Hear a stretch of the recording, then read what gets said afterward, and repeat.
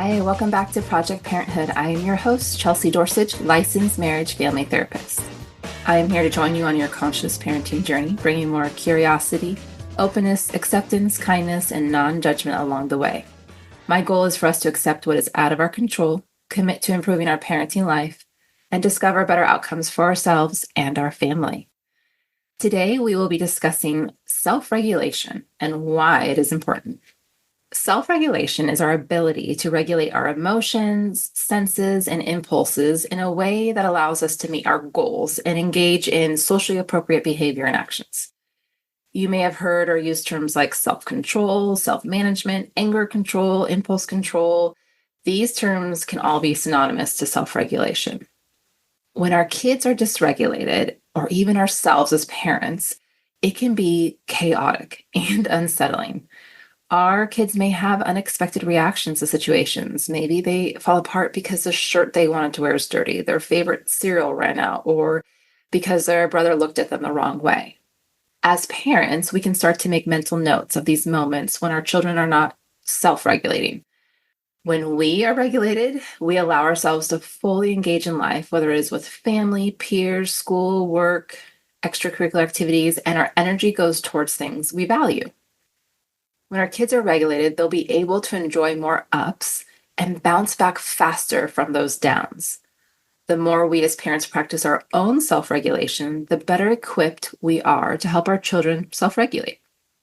Teaching children self-regulation will feel like an uphill climb. And if you have a neurodivergent child or a child with a mood disorder or sensory dysregulation, this climb will feel even steeper.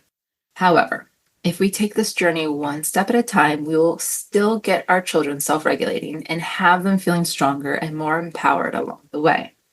We are going to break down self-regulation to three components: sensory processing, executive functioning, and emotional regulation. Sensory processing is organizing and integrating information we perceive with our sensory receptors so that we can act upon it. So imagine completing a task wearing a shirt that has a tag that really, really bothers you, or reading and actually comprehending what you're reading while there's a distracting background noise.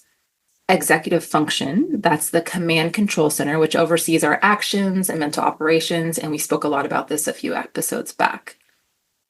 Emotional regulation, our ability to control emotions, including monitoring, evaluating, and modifying intensity and timing of our emotional response. There's actually a lot to this.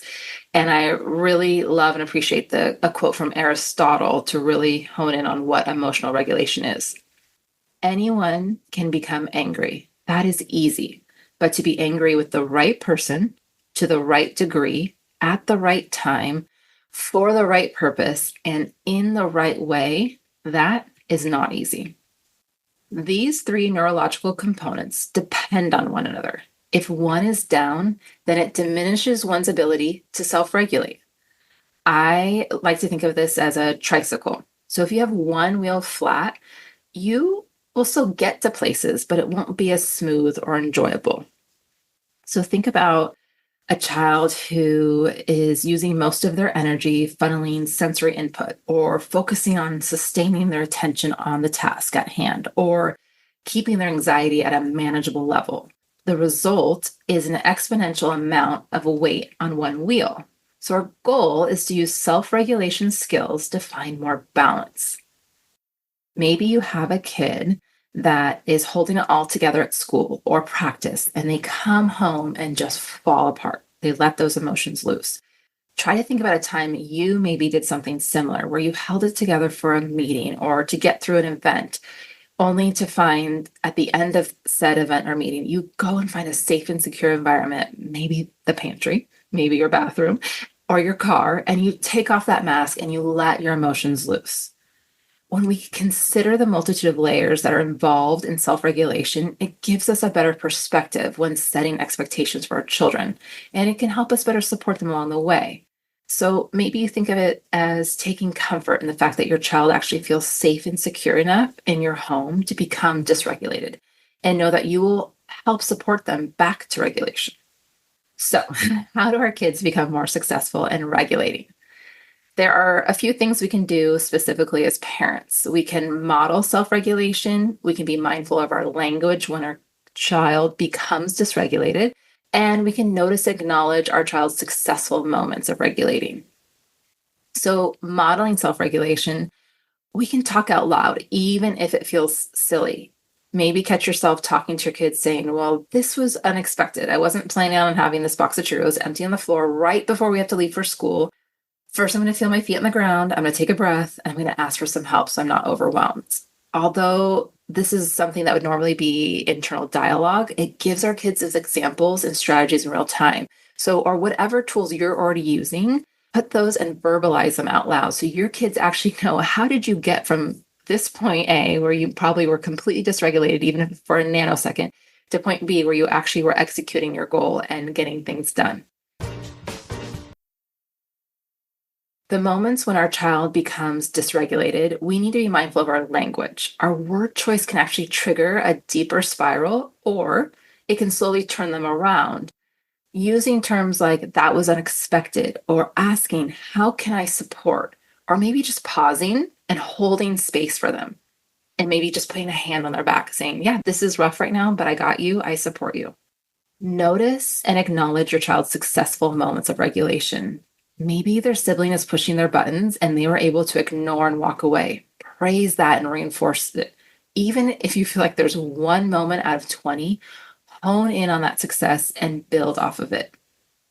Your children will notice that you are noticing. So, what are the tools we can use? Here are a few that we can just practice and see what stands out to you. And maybe you just pick one at a time, or you already are doing some and you add on a few more to your repertoire. Mindfulness. So this is anything from breathing, grounding exercises, journaling. Recognizing triggers. What makes you feel each emotion? We can help identify these for our children. Is it their hunger? Is it a busy day with a lot of activities, or the opposite? Maybe a day without any scheduled activities and too much free time. Maybe a sibling receiving a lot of attention for something. Maybe there's a parent traveling. Recognize limits. What is your threshold? How do you know when you need to take a break? Model this for your child and help them recognize their own limits. After school, maybe your child needs to reset and recharge. So thinking of, they can't go straight from dismissal to homework. Maybe they need 15 minutes of some unstructured time. Or maybe they need a quiet car ride home or walk home where you're not asking about their day. Maybe they just need to decompress and regulate, and then they can start to engage. A favorite quote from a Maren Morris song is, every good show has an intermission. So take your breaks and encourage your children to do the same.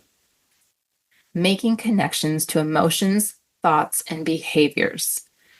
Once we make those connections, we can link them with sentences like, I am calm when, or I am angry when. When I am calm, my thoughts are. When I am calm, my body feels. And helping your child make those connections. Fidget toys, these can be almost anything at home where kids can have access to them, maybe in their room or a special place in the house. At school, we do have to get a little bit more creative because we want our children to be able to stay attentive to the teacher and not disrupt other children in the classroom. Zen strips are probably my favorite. They're little sticky strips that have a texture. And this allows children to keep their focus on the teacher, and it doesn't take away from the other kids in the classroom. Progressive relaxation is a little muscle exercise. It's similar to a body scan, but we're intentionally engaging and tightening muscles on our inhale and then intentionally reducing and releasing that stress and tension on the exhale. This is one that most of my clients say is their favorite tool, and they use it in school and sports, in a disagreement with someone. Lastly, rating our emotions. So using scales, number scales like 1 to 5, where are you? Or a thermometer, you can actually draw one or print them out. Zones, thinking about like an, angry zone, or a zone that I need to, this is a zone I need to actually stop and pause. This is a zone I need to slow down, or this is a zone I'm good to go. Putting these tools together in one place, whether you have a binder or maybe a special box, a specific shelf, you have a calming corner, and you're starting to keep track of which tools are actually helpful, maybe some that are not, and just realizing that some may work better in certain contexts. Our goal is to practice tools several times a day. This will actually help decrease sensitivity before escalation. And you want to practice when you feel most comfortable and in control.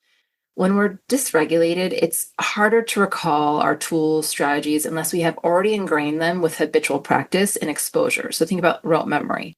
And we think about mindfulness and this regulation practice as a muscle. In order for it to be stronger, you have to continue to train and practice. That's it for this week's edition of Project Parenthood. Remember to be curious, open, accepting, kind, and non-judgmental on your conscious parenting journey. If you have any questions about this episode, about your parenting journey, and or topics you would like to hear more about, please reach out to parenthood@quickanddirtytips.com or leave a message at 646-926-3243. Project Parenthood is a Quick and Dirty Tips podcast. Thanks to the team at Quick and Dirty Tips, Holly Hutchins, Davina Tomlin, Morgan Christensen, and Brandon Getchus. May you be happy, safe and protected, healthy and strong, and live with ease.